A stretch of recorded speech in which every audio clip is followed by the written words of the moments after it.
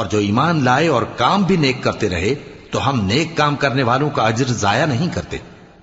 ایسے لوگوں کے لیے ہمیشہ رہنے کے باغ ہیں جن میں ان کے محلوں کے نیچے نہریں بہ رہی ہیں، ان کو وہاں سونے کے کنگن پہنائے جائیں گے اور وہ باریک دیبا اور اطلس کے سبز کپڑے پہنا کریں گے